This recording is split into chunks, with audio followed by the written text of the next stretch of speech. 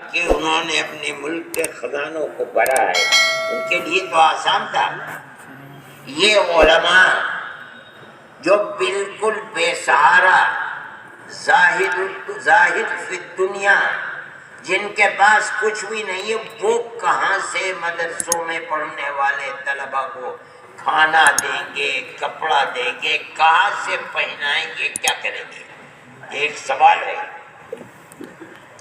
لیکن میں آپ سے کہتا ہوں ان کی للہیت، خدا ترسی، رجوع الی اللہ جو ان کا سب سے بڑا قیمتی سرمایہ تھا، اللہ کی طرف متوجہ ہوئے اور اپنی اس قوم کو جو قوم مالی اعتبار سے گری ہوئی، ان حالات کے اندر موت و حیات کی، قومی موت و حیات کی کشمکش میں تھی، اس قوم کو متوجہ کیا، مدرسہ ہم نے قائم کر دیا، نظام ہم نے بنا دیا، اب اس مدرسے کو زندہ رکھنا، اس کو چلانا، پڑھنے والوں کے بود و باش اور زندہ رہنے کی ذمہ داری کو اپنے سر پر لینا، یہ تمہارا کام ہے۔ اگر یہ مدرسہ زندہ ہے تو تمہاری آنے والی نسلوں کے دین و ایمان کی زندگی کی ضمانت ہے، اور اگر مدرسہ ختم ہو گیا تو تمہاری اور تمہارے آنے والی نسلوں کے دین کی کوئی ضمانت نہیں ہے۔ ان کی آواز تھی جو آواز زبان سے نہیں، دل کی گہرائیوں سے نکلی ہوئی تھی، خدا کے یہاں اس آواز نے قبولیت حاصل کی۔ انگریز کسی چیز سے غافل تھا، یہ نادانی کی بات ہے۔ انگریز جانتا تھا کہ مدرسہ کن لوگوں نے قائم کیا ہے اور کیوں قائم کیا ہے، وہ ان تمام چیزوں کو جانتا تھا۔ یہ صرف رجوع الی اللہ ہے ان کا، اور دل و جان سے مدرسے کی سمت میں لگ کر اس مدرسے کو جو نام و نشان بھی نہیں تھا اٹھایا، عند اللہ قبولیت تھی۔ آپ اگر محافظ خانے میں جا کر ابتدائی دارالعلوم دیوبند کی رودادوں کو پڑھیں گے تو آپ کو معلوم ہوگا کہ پہلے ہی 3-4 سالوں میں ساری دنیا میں اعلان ہو گیا، ایسا لگتا ہے سمرقند، بخارا، تاشقند، خراسان، چائنا، یہاں کے لوگ آنے لگے اور دارالعلوم میں پڑھنے لگے۔ میں یہ بات اس لیے کہہ رہا ہوں کہ کسی کے دل میں آزادی وطن اور اس جہاد کی آج قدر و قیمت ہو یا نہ ہو، کسی کے دل و دماغ کے اندر فرقہ پرستی کا بھوت اور شیطان سوار ہو نہ ہو، لیکن دارالعلوم دیوبند اور اس سے ملحقہ 10، 20، 50 ہزار مدارس کی تاریخ یہ ہے، کوئی اس تاریخ کو پیش نہیں کر سکتا۔ اگر کوئی مائی کا لال ہے جس نے اپنی ماں کا دودھ پیا ہے تو اس تاریخ کو بتائے کہ جہاد آزادی وطن کے لیے وہ کون سا پتھر ہے بنیادی جس کو اس نے رکھا ہے۔ مر جائے گا، پیش نہیں کر سکتا۔ میں جس بات کو کہہ رہا ہوں اس کے تاریخی شواہد موجود ہیں۔ جو انکار کرتا ہے اس کا مطلب ہے کہ اس کی آنکھیں بھی اندھی ہیں اور اس کے کان بھی بہرے ہیں، وہ کچھ نہیں جانتا۔ میں یہ بات آج کہہ رہا ہوں، میں نے یہ بات پہلے بھی کہی ہے۔ آج سے تقریباً 15 سال پہلے ارجن سنگھ وزیر تعلیم تھے، انہوں نے ایک کمیٹی بنائی اور ایک اجلاس کیا، اس کے اندر کون کون شریک تھا میں اس کا نام نہیں لیتا. انہوں نے دلی کے اندر اجتماع کیا کہ مدارس اسلامیہ کو بورڈ سے ملحق ہونا چاہیے. اس کے اندر لوگ تھے.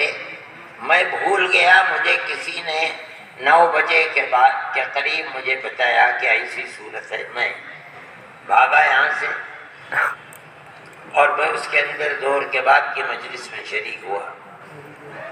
صبح سے شام دوپہر تک یہی تقریریں ہوتی رہیں. انہوں نے اس زمانے میں, آج سے 12-13 سال پہلے جب کانگریس گورنمنٹ تھی, اس زمانے میں انہوں نے 800 کروڑ کا مدارس کے سلسلے میں بجٹ بنایا.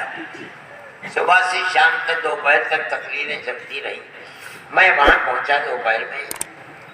میری دوسری تقریر تھی. پہلی تقریر جماعت اسلامی کے ایک صاحب تھے, ان کی تقریر ہوئی. اس کے بعد میرا نام لے لیا. میں اس میں بولا, میں نے یہی بات کہی کہ آپ کیوں اس فکر میں ہیں کہ مدارس اسلامیہ آپ کے بورڈ سے ملحق ہو جائے. ہم تو نہیں چاہتے ہیں. مدارس اسلامیہ کے جب تک پس منظر کو آپ نہیں جانیں گے مدارس اسلامیہ کے بارے میں, قیامت تک صحیح رائے قائم نہیں کر سکیں گے. میں نے ان کے سامنے یہ پس منظر رکھا, اور اس پس منظر کو رکھنے کے بعد میں نے یہ کہا کہ جمعیت علماء ہند مدارس اسلامیہ کے کسی بورڈ سے الحاق کی تائید نہیں کرے گی. کیا ضرورت ہے؟ 150 سال سے مدارس اسلامیہ چل رہے ہیں. یہ قوم اس بوجھ کو برداشت کر رہی ہے. حضرت گنگوہی اور حضرت نانوتوی اور حاجی عابد حسین صاحب اور مولانا ذوالفقار, ان لوگوں نے یہ ذمہ داری قوم پر ڈالی ہے. 150 سال سے قوم برداشت کر رہی ہے. ہمارے اوپر تو کوئی بوجھ نہیں ہے. آپ کو آج کیا پڑی ہے کہ آپ ہمارے اوپر یہ بوجھ سمجھتے ہیں اور اپنے کاندھے پر لینا چاہتے ہیں؟ ہم نہیں چاہتے. مدارس اسلامیہ کی حیثیت وہ ہے جو مساجد کی حیثیت ہے. وہ بھی ہماری مذہبی چیز ہے. مدارس بھی ہمارے مذہبی چیز ہے. اگر مساجد میں نماز پڑھی جاتی ہے تو مدرسوں کے اندر نماز پڑھانا سکھلایا جاتا ہے. اگر مسجد میں قرآن پڑھا جاتا ہے تو مدارس کے اندر قرآن پڑھنا سکھلایا جاتا ہے. ہم تو مسجد کے لیے آپ سے کوئی مطالبہ نہیں کرتے. اسی طرح ہم آپ سے مدارس کا بھی مطالبہ نہیں کرتے. ہماری وہ تاریخ, آج تک وہ تاریخ اپنی جگہ کے اوپر موجود ہے. ہم آج بھی دارالعلوم دیوبند سے منسلک جو مدارس ہیں, دنیا کی کسی حکومت سے مطالبہ نہیں کرتے کہ وہ ہماری مدد کرے. عوامی چندے سے کام کرتے ہیں. مسلمان دیتا ہے, اتنا دیتا ہے, اتنا دیتا ہے کہ اگر مدارس کی کل آمدنی کو آپ جمع کریں کہ ہندوستان کے کل مدارس چلتے ہیں, اس کا خرچہ کیا ہے, تو آدمی سر پکڑ کر بیٹھ جائے گا کہ یہ قوم, میں جس کو کہتا ہوں کہ ارباب اقتدار جس قوم کو اپنی سیاسی اور حکومتی پالیسی بنا کر کے برباد کرنا, وہ اپنے دین کو اپنے بلبوتے کے اوپر چلاتی ہے. اس تو کوئی سوال نہیں کرتے, کوئی مطالبہ تو ہم نے نہیں کیا ہے. ہمارے مدارس سیاسی حالات کی مخالفت کرنے یا کسی برسر اقتدار جماعت کا الیکشن لڑانے یا کسی سیاسی آدمی کے الیکشن لڑنے میں حصے دار نہیں ہے. نہیں ہے, نہیں, ہمارا کوئی تعلق نہیں ہے. ہم اس ملک کے اندر آج 20 کروڑ ہیں. آپ کہتے ہیں 20 کروڑ، ہم کہتے ہیں آمنا وصدقنا. مسلمان کہتا ہے 25 کروڑ ہیں، ہوا کریں 25 کروڑ. 20 کروڑ بھی کم نہیں ہے. سوال پیدا ہوتا ہے کہ ہم اپنے مذہب کی حفاظت کیوں نہ کریں؟ آپ اپنے ہر آدمی، ہر مذہب کو ماننے والا اپنے مذہبی لوگوں کی حفاظت کرتا ہے.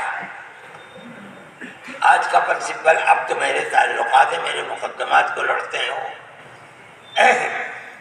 اور بہت مہنگے وکیل ہیں سپریم کورٹ میں. 15 لاکھ روپیہ ایک دفعے میں لیتے ہیں، یہ فیس ہے.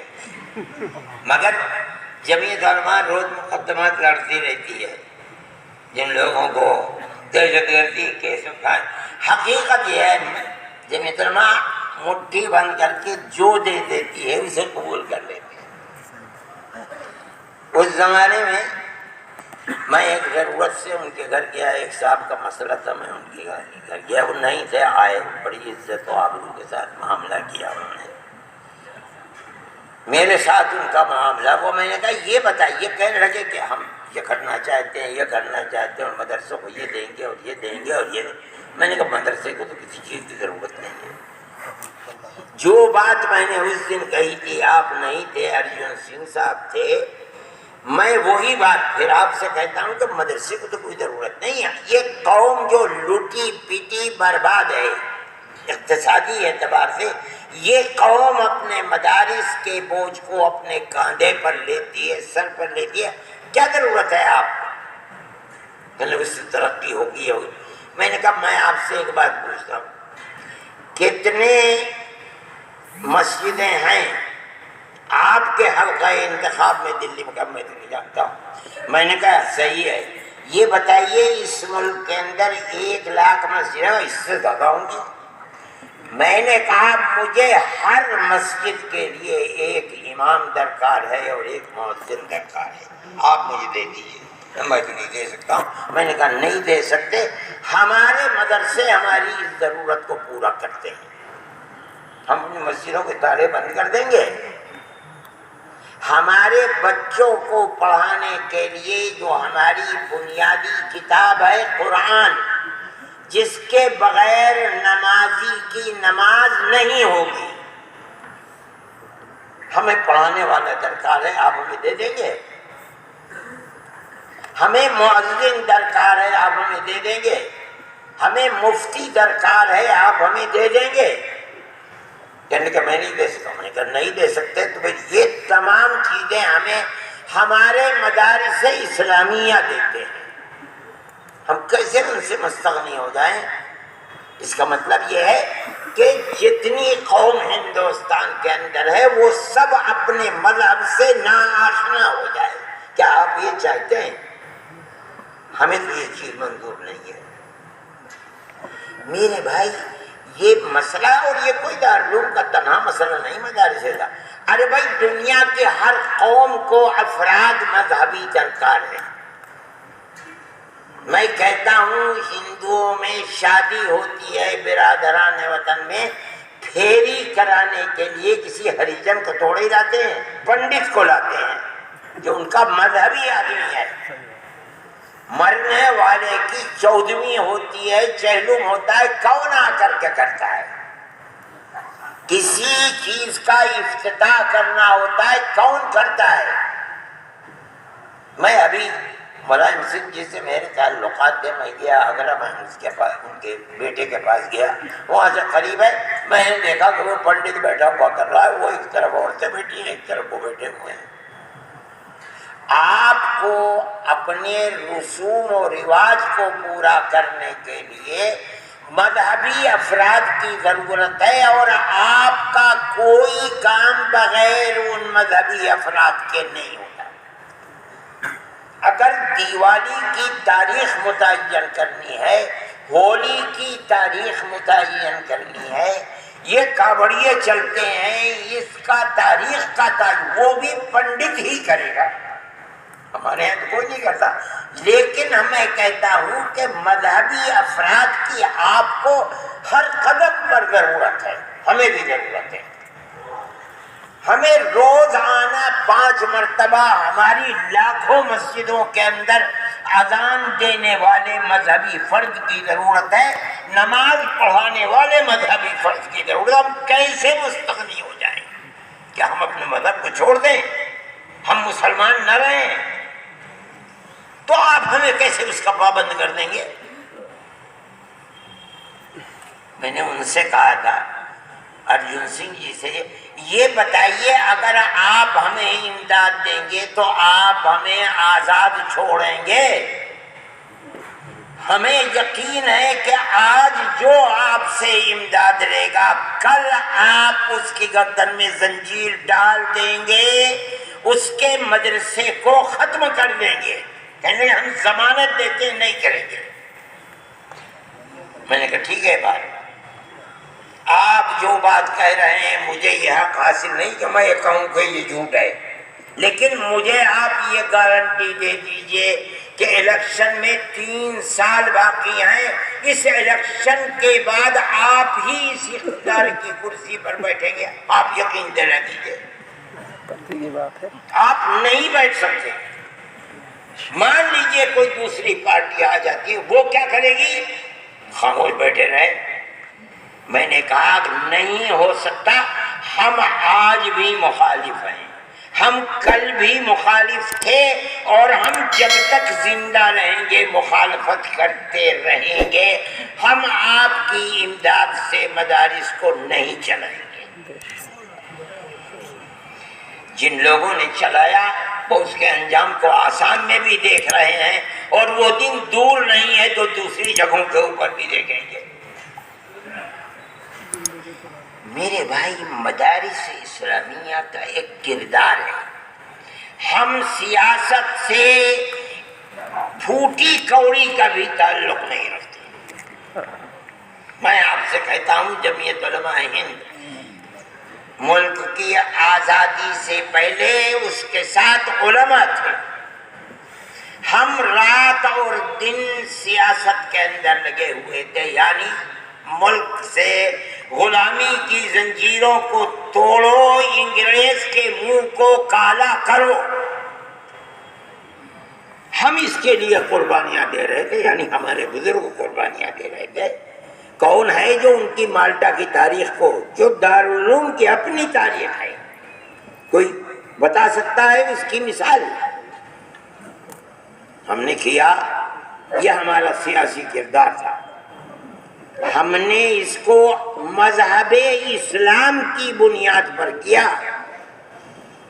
غلامی کی مخالفت ہمیں مذہب نے سکھلائی،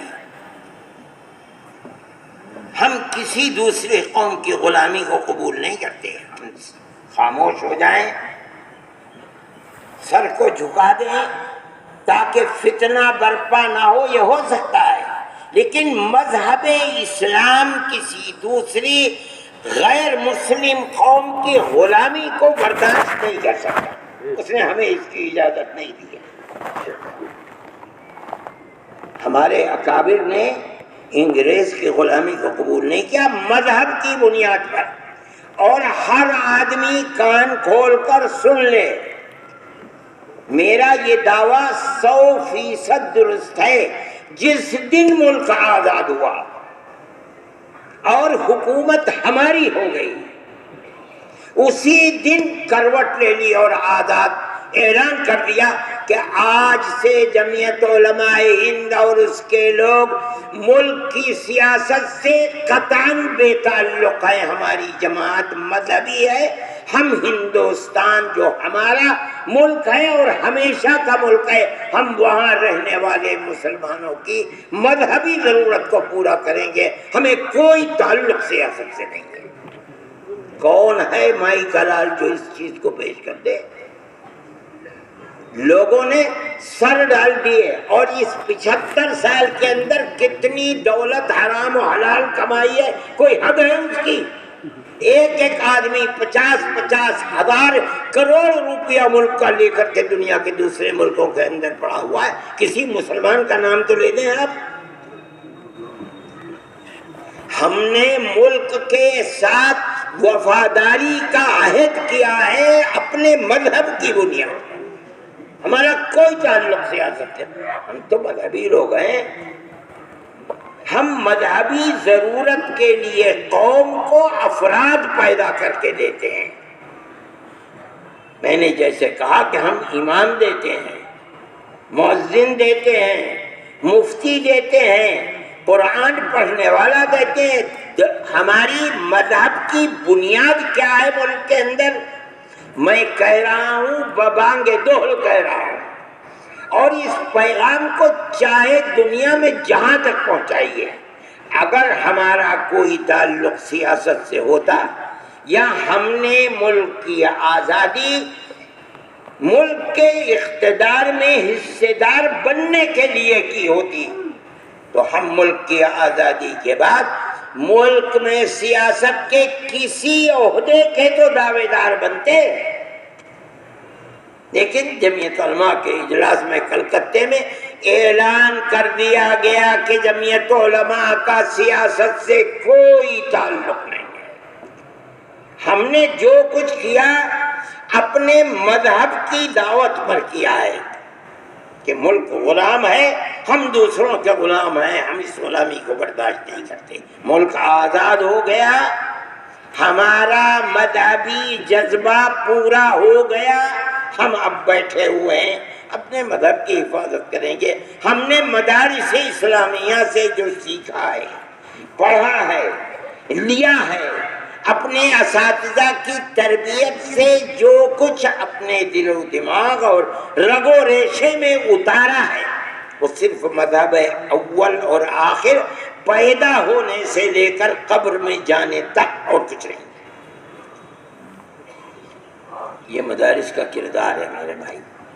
دارالعلوم دیوبند آج تک اسی پر قائم ہے.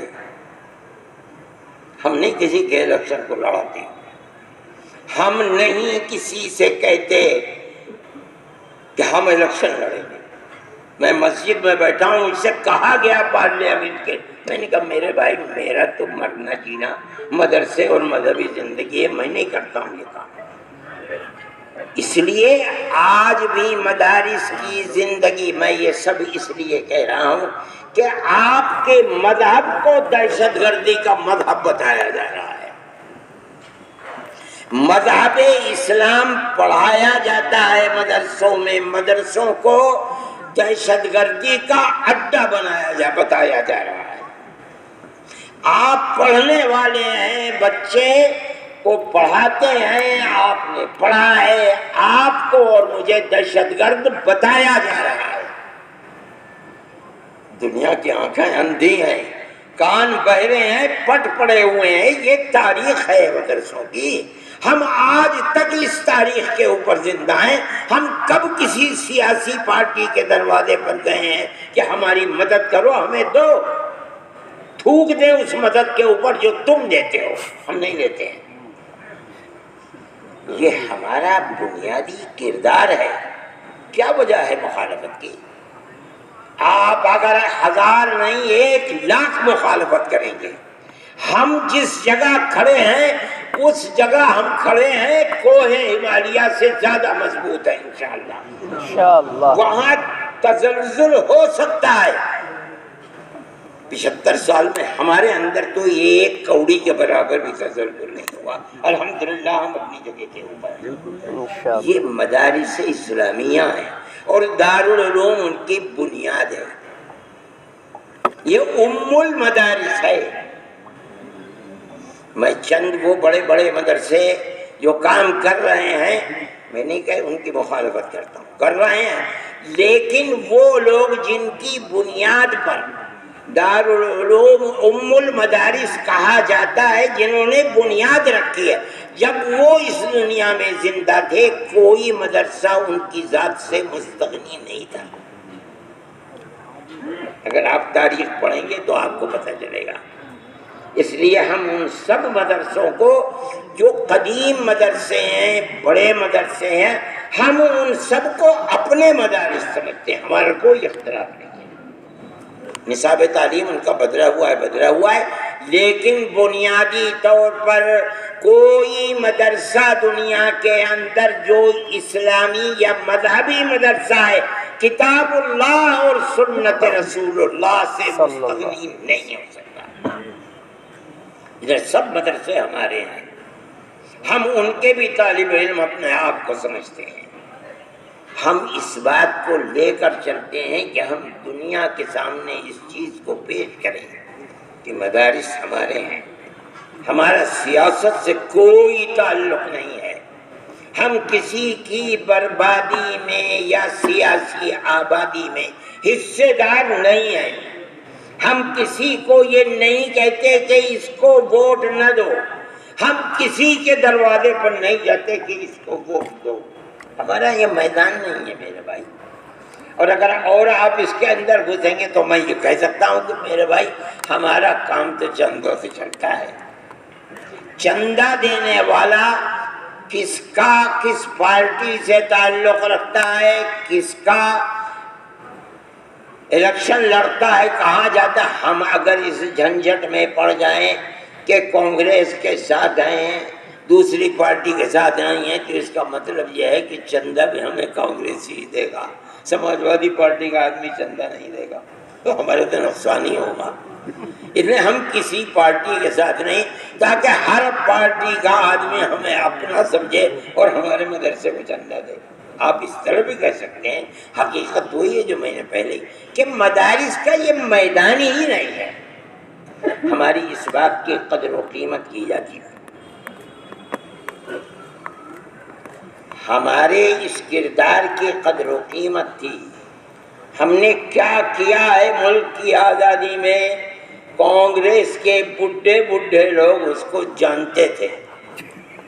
آج تک ہمارا معاملہ یہ تھا دارالعلوم کے سلسلے میں کہ اگرچہ وہ میں کہتا ہوں کوئی قانون کے خلاف ہے، لیکن دارالعلوم کے کسی ادارے کی، کسی شعبے کی، کسی تعمیر کے بنانے کے لیے، نقشے کے لیے کبھی میونسپلٹی سے ایک مرتبہ بھی اجازت نہیں لینی پڑی۔ اس سارے یہ ہمارا دارالعلوم کی اس تاریخ کا نتیجہ تھا جو ملک کی آزادی کے لیے قربانیاں تھیں، وہ لوگ جانتے تھے اس میں۔ یہ بدقسمتی آج آئی اور انہوں نے آ کر کے پابندی لگا دی۔ اس کا مطلب آپ یہ لے سکتے ہیں کہ دارالعلوم کی وہ تاریخ جس میں ایک پیسے کا فائدہ، آج وہ لوگ قبرستان میں موجود ہیں، قبروں کے اندر قسم کھا کر کہا جا سکتا ہے بخدا ایک پیسہ انہوں نے ملک کی آزادی کے لیے کبھی نہیں دیا، کسی کے سامنے سر کو نہیں جھکایا، کسی کے اقتدار اور دولت کے انبار کے سامنے کبھی اپنی گردن نہیں جھکائی، صرف اور صرف ان کا مرنا اور جینا ملک کے لیے تھا، ملک کی آزادی کے لیے تھا۔ اس انتہائی قیمتی تاریخ کو لوگ جانتے تھے، اس لیے کبھی دارالعلوم کے اوپر آنچ نہیں آئی۔ آج لوگ نہیں جانتے، بے پڑھے لکھے ہیں، آج ہمیں ہر قدم کے اوپر رکاوٹ آ رہی ہے۔ تاریخ ہماری وہی ہے، اس میں کوئی تبدیلی نہیں ہے۔ مدارس اسلامیہ پر رکاوٹ آ رہی ہے، ہم چندے کے کروڑوں روپئے اس رکاوٹ کے دور کرنے پر لگا چکے ہیں 2-3 سال کے اندر، ابھی تک ہم کنارے نہیں پہنچے ہیں، لیکن دنیا دیکھ رہی ہے، مسلمان بھی دیکھ رہا ہے، اور اگر کبھی ان کے سامنے یہ بات آتی ہوگی کہ مرنا انہیں بھی ہے اور کل مرنے کے بعد حساب، اگر ان کے مذہب میں کوئی چیز ہے وہ بھی سوچتے ہوں گے دارالعلوم کے کردار پر انگلی نہیں اٹھائی جا سکتی۔ اگر ہیں ہم اس پریشانی کے اندر، پورے دارالعلوم میں آپ کسی جگہ تعمیرات کے کام کو نہیں دیکھیں گے، جب تک اس جنجال سے نکل نہیں جاتے اس وقت تک ہم کسی تعمیر کو شروع نہیں کر سکتے۔